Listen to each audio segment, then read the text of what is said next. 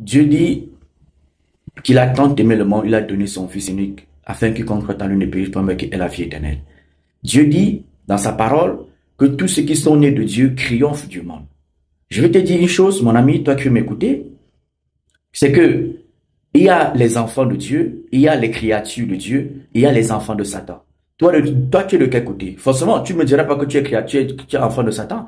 Tu vas peut-être me dire que tu es créature de Dieu, tu es certainement aussi enfant de Dieu, c'est ce que tu vas me dire.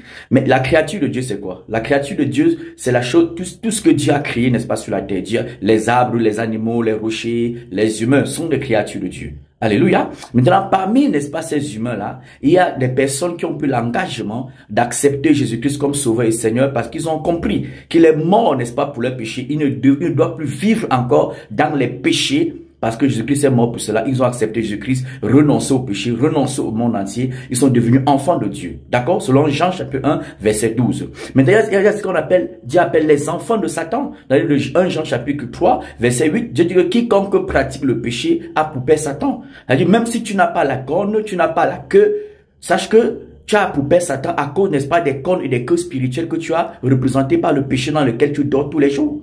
D'accord? C'est-à-dire, tu peux aller à l'église, tu peux aller partout prier, d'accord? Tu peux donner même ton argent à les gens passés par là, mais si tu pratiques encore le péché, c'est-à-dire tu vis dans le péché consciemment. Par exemple, l'adultère, tu trompes ta femme, tu fais la fornication, tu vas chez les marabouts, tu te possèdes devant les statues, sache que tu n'es pas né de nouveau, d'accord? Tu fais les faux papiers, tu envoies le feu, n'est-ce pas, à tes ennemis, tu détestes ceux qui te détestent, sache que tu n'es pas né de nouveau et tu as pour père Satan. Mais Dieu ne te dit pas ça pour que tu te sentes condamné, c'est pour que tu saches que comme tu as écouté encore cette fois-ci par la grâce de Dieu, il faut que tu te répondes. Tu acceptes Jésus-Christ de Nazareth comme sauveur et Seigneur. Et cela va se caractériser par le pouvoir que Dieu va te donner pour que tu puisses triompher, n'est-ce pas, du monde. Car la Bible dit, quiconque est né de Dieu triomphe du monde. Mais est-ce que tu triomphes du monde?